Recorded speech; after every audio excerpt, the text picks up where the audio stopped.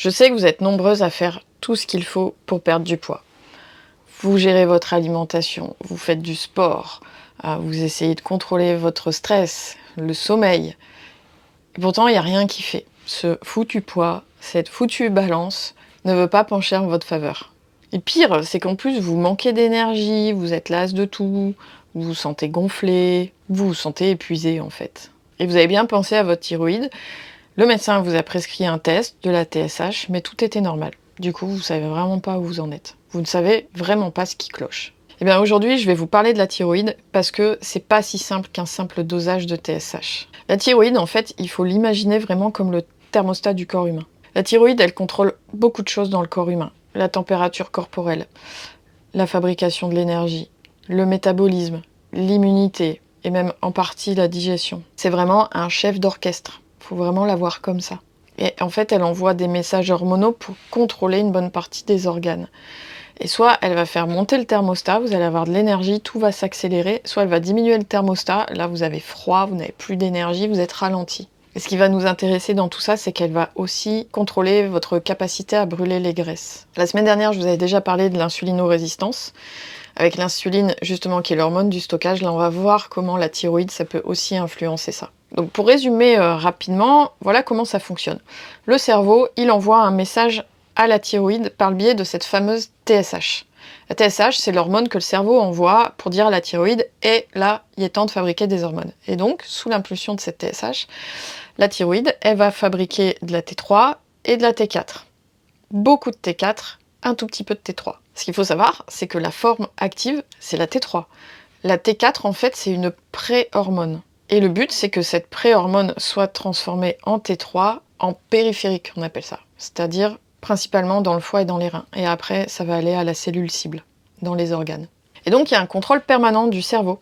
Le cerveau, s'il détecte qu'il y a suffisamment de T3 et T4 dans le sang, il ne va plus produire de TSH, c'est-à-dire qu'il ne va pas stimuler la thyroïde pour qu'elle produise.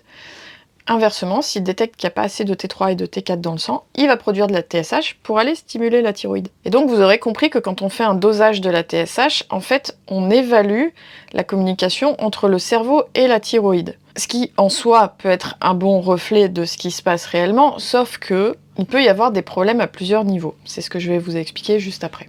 Déjà, il faut savoir qu'au niveau génétique, il y a un gène qui s'appelle le gène DIO2, qui va coder pour une enzyme clé, puisque c'est l'enzyme qui va servir à convertir la T4 en T3. Et donc, vous l'aurez compris, si ce gène fonctionne mal, vous aurez beau avoir de la T4, vous aurez du mal à la transformer en T3, qui, je le rappelle, est la seule hormone active. Donc, vous aurez de la T4 dans le sang, un petit peu de T3, parce qu'elle est quand même fabriquée directement par la thyroïde. Donc, votre cerveau pensera que tout va bien, sauf que cette T4, elle n'est pas transformée en T3. Et donc, résultat, vous aurez des signes d'hypothyroïdie, c'est-à-dire fatigue, prise de poids ou résistance à la perte de poids, un ralentissement global, constipation, frilosité, etc. Donc ça, c'était pour la part génétique, mais il y a d'autres endroits où ça peut bloquer. Donc ça peut être à cause de ce gène DIO2, mais pas que. Donc tout simplement, ça peut déjà être une production insuffisante de T4. Les causes, ça peut être une carence en iode ou en tyrosine. Ça, c'est les briques de base pour fabriquer les hormones dans la thyroïde. Ça peut être une maladie de la thyroïde, comme Hashimoto, comme la maladie de Basedow. Ça peut être des nodules thyroïdiens, ou ça peut être, cause moins connue, une intoxication aux métaux lourds qui vont ralentir le fonctionnement de la thyroïde. On peut aussi avoir un problème de conversion de T4 en T3. Donc, hormis ce problème génétique, il faut savoir que la conversion de T4 en T3, elle se fait principalement dans le foie et les reins, mais que cette étape nécessite ce qu'on appelle des cofacteurs. Donc notamment le sélénium, le zinc. Et cette conversion de T4 en T3, elle peut également être impactée par le stress chronique, un cortisol élevé, ça bloque la conversion, par de l'inflammation aussi, une inflammation chronique de bas grade, ça va empêcher le bon fonctionnement des enzymes. Ce qui peut se passer aussi, c'est qu'on peut avoir une conversion excessive en reverse T3. La reverse T3, en fait, c'est une version de la T3 qui est inactive. C'est comme une clé cassée qui bloque les serrures des cellules. Les causes de cette conversion en reverse T3, ça va être encore une fois un excès de stress, des jeûnes trop drastiques. Donc si vous avez fait des régimes yo-yo avec des choses hyper drastiques, hypocaloriques, vous vous êtes affamé, et ben ça va favoriser cette production de reverse T3. Les infections chroniques aussi, ça va favoriser ça. En fait, dès que vous mettez un stress trop important sur l'organisme, et ben en fait c'est une forme de protection. Il va fabriquer de la reverse T3 pour se ralentir en fait, pour se mettre en mode sécurité finalement. Et puis vous pouvez aussi tout simplement avoir une résistance des cellules aux hormones thyroïdiennes. Comme avec l'insuline, de la même manière, vos cellules, elles peuvent être sourdes aux hormones thyroïdiennes. Et là, en fait, c'est là où la TSH, encore une fois, ça a ses limites, parce que là, vous allez avoir des niveaux normaux dans le sang, que ce soit de TSH, de T4, de T3, mais elles n'arrivent pas à parler aux cellules. Et donc, le métabolisme reste lent avec tous les signes d'hypothyroïdie. C'est pour ça que la thyroïde, on dit toujours que l'examen clinique est hyper important. Quels sont vos signes cliniques ? Et il faut toujours les corréler. En tout cas, ils ont au moins autant d'importance que le bilan sanguin. Qu'est-ce qui peut entraîner une résistance périphérique comme ça des cellules? Et ben, ça peut être par exemple une carence en vitamine A. Parce qu'il faut savoir que les récepteurs dans le noyau, les récepteurs aux hormones thyroïdiennes, ont besoin de se coupler à la vitamine A pour fonctionner. Sans vitamine A, le récepteur ne s'active pas. Et donc l'hormone thyroïdienne ne peut pas faire son office. Et puis il ne faut pas oublier dans l'histoire qu'il faut aussi toujours avoir des bons statuts d'oméga 3. Les oméga 3, en fait, ils entrent dans la composition de la membrane cellulaire pour lui conférer une bonne fluidité. Et plus la fluidité de cette membrane est optimale, plus les récepteurs vont bien fonctionner. Et les échanges entre le milieu extracellulaire et le milieu intracellulaire se feront de manière optimale. Si cette membrane n'est pas fluide, au niveau des échanges, c'est laborieux. Donc vous voyez bien qu'une thyroïde, elle a plein de raisons d'être ralentie, il y a plein de causes qui peuvent la ralentir, et en même temps ne pas être détectée au simple dosage de la TSH. Et donc je vous disais, il est important de corréler l'examen clinique, c'est-à-dire les signes cliniques. Alors quels sont ces signes cliniques? Déjà, ce qu'il faut noter, c'est que ces signes peuvent être légers et non spécifiques. Et c'est ça qui rend les diagnostics aussi parfois difficiles. Dans certains cas, en fait, ces signes cliniques, ils peuvent être confondus avec d'autres troubles, ou ils peuvent être associés à d'autres troubles, notamment en plus en périménopause. Ils peuvent aussi être attribués au stress ou à la fatigue chronique. La fatigue chronique, on est bien d'accord que ça reste qu'un symptôme de quelque chose. Il faut toujours aller chercher pourquoi on a une fatigue chronique. Et donc, le premier signe d'une thyroïde qui fonctionne au ralenti, c'est la fatigue. Et cette fatigue, elle est inexpliquée. On est d'accord. Vous dormez 10 heures par nuit, pourtant vous êtes toujours fatigué. Il y a un truc qui va pas. C'est un peu cette sensation de ne pas avoir d'énergie. C'est justement dormir suffisamment mais se lever fatigué. Avoir un épuisement qui est disproportionné par rapport aux efforts fournis. Le deuxième signe, ça va être une prise de poids inexpliquée ou une résistance à la perte de poids. Il n'y a pas eu de changement évident dans votre alimentation ni dans votre mode de vie et pourtant vous prenez du poids. Ou alors vous mettez des choses en place pour perdre ce poids et il n'y a rien qui se passe. Le troisième signe, ça va être une sensibilité au froid. Vous êtes frileuse, vous avez les extrémités froides, vous avez toujours envie de vous couvrir même dans des environnements tempérés.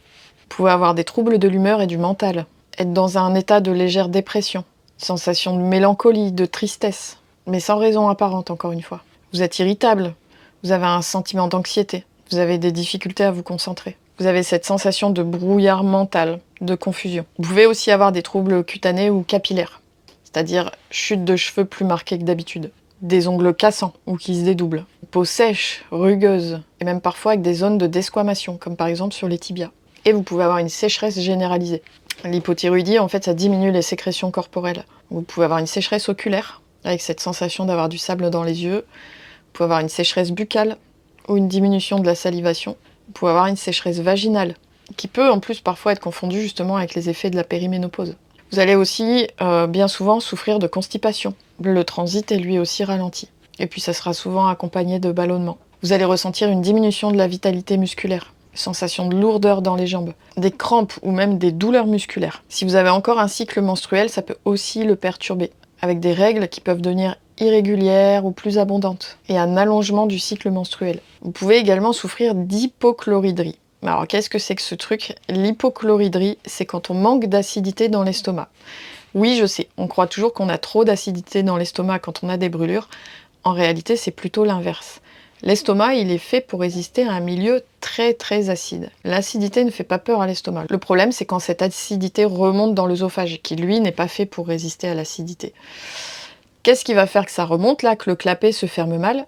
Justement, c'est quand le milieu de l'estomac n'est pas assez acide. Et si l'estomac n'est pas assez acide, qu'est-ce qui se passe? Justement, on a ces remontées, mais c'est qu'en plus, on peut avoir des ballonnements après le repas, surtout quand on a mangé des protéines, parce que l'acidité de l'estomac, c'est une des premières étapes de digestion des protéines. S'il n'y a pas assez d'acidité, vous allez avoir une digestion qui est lente, vous allez avoir le truc qui va vous rester sur l'estomac pendant des heures, avec cette sensation de lourdeur. Et si vous n'avez pas assez d'acidité, vous allez avoir des carences micronutritionnelles, notamment en fer, en zinc, en calcium, en vitamine B12, parce que leur absorption dépend d'une acidité gastrique suffisante. Une thyroïde ralentie, ça va aussi avoir un impact sur le cholestérol. Et oui, l'hypothyroïdie, en fait, ça va ralentir le métabolisme des graisses, et y compris la dégradation du cholestérol. Donc vous pouvez avoir une augmentation du cholestérol total et du LDL, qui est le mauvais cholestérol. Et ça, même avec une alimentation saine. Et en plus, vous allez avoir une résistance au régime hypocholestérolémiant ou même aux traitements médicamenteux. Souvent, c'est les statines. Donc l'hypothyroïdie, ça peut vraiment ralentir la vidange de la vésicule biliaire et résultat, vous digérez moins bien les graisses. Et en plus, vous avez plus de risques de faire des calculs biliaires. La thyroïde, elle va aussi influencer la tension artérielle. Et quand vous avez une thyroïde qui est ralentie, vous pouvez vous retrouver avec une tension artérielle qui est basse, ou en tout cas qui est déséquilibrée. Vous pouvez même avoir des sensations de vertige quand vous vous levez trop rapidement. Et évidemment, avec une tension qui est basse, vous aurez cette sensation de fatigue. Une thyroïde ralentie, ça peut aussi provoquer des œdèmes.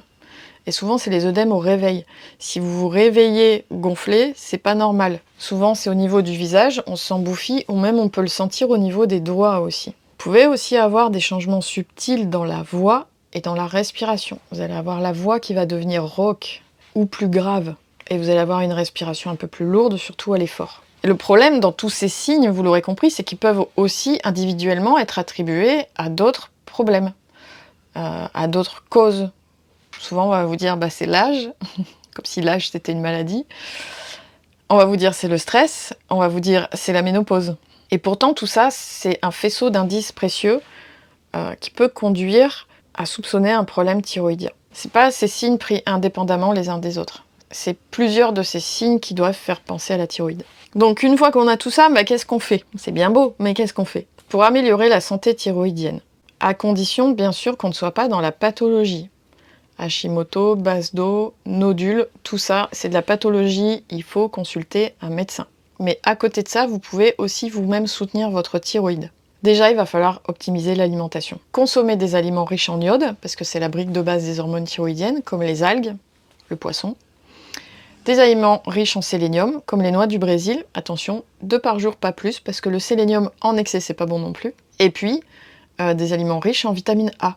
Là, ça sera le foie, les carottes, la patate douce. Tout ce qui est riche en bêta-carotène, comme les carottes et la patate douce, ça va favoriser la production de vitamine A dans le corps. À condition d'avoir un intestin en bonne santé, parce que c'est dans la cellule de l'intestin que le bêta-carotène va être transformé en vitamine A. Il va aussi falloir gérer votre stress, parce que souvenez-vous, le stress va impacter la conversion de la T4 en T3. Donc il va falloir intégrer des pratiques comme la cohérence cardiaque, l'activation du nerf vague, le yoga, la méditation, toutes ces choses qui vont vous aider à réguler votre système nerveux. Évidemment, il faudra surveiller les apports en micronutriments et si vous le pouvez, faire doser vos niveaux de zinc, de sélénium, de vitamine A, tous ces cofacteurs qu'on a vus. Il faudra éviter les perturbateurs endocriniens, évidemment, c'est-à-dire limiter l'exposition au plastique, aux pesticides, aux cosmétiques qui contiennent du parabène et plus généralement dans les aliments que vous consommez, vérifiez toujours les étiquettes. S'il y a des noms que vous ne connaissez pas, c'est pas bon signe. Si vous avez été exposé aux métaux lourds, faites des bilans à ce niveau-là aussi. Et puis plus généralement, faites un bilan complet. C'est-à-dire ne vous limitez pas à la TSH. Faites aussi la T4, la T3, la reverse T3. Si possible en urinaire, c'est plus précis. Et puis aussi les cofacteurs. Donc la thyroïde, ça peut sembler un détail, mais en réalité, son impact en termes de poids et de santé est énorme. Avoir une thyroïde qui fonctionne de façon optimale, c'est être à son poids d'équilibre, c'est avoir de l'énergie, c'est avoir une immunité au top, c'est en fait avoir un bien-être profond et une pleine santé. N'oubliez pas qu'en matière de santé, c'est souvent les petites choses qui font des grandes différences, les petites choses maintenues sur le long terme. Voilà ce que je voulais vous dire sur la thyroïde, j'espère que cette vidéo vous a plu. Je suis curieuse de savoir par où vous allez commencer, dites-le moi en commentaire. N'hésitez pas à mettre un like, n'hésitez pas à vous abonner à la chaîne, à activer la cloche pour ne pas louper mes prochaines vidéos.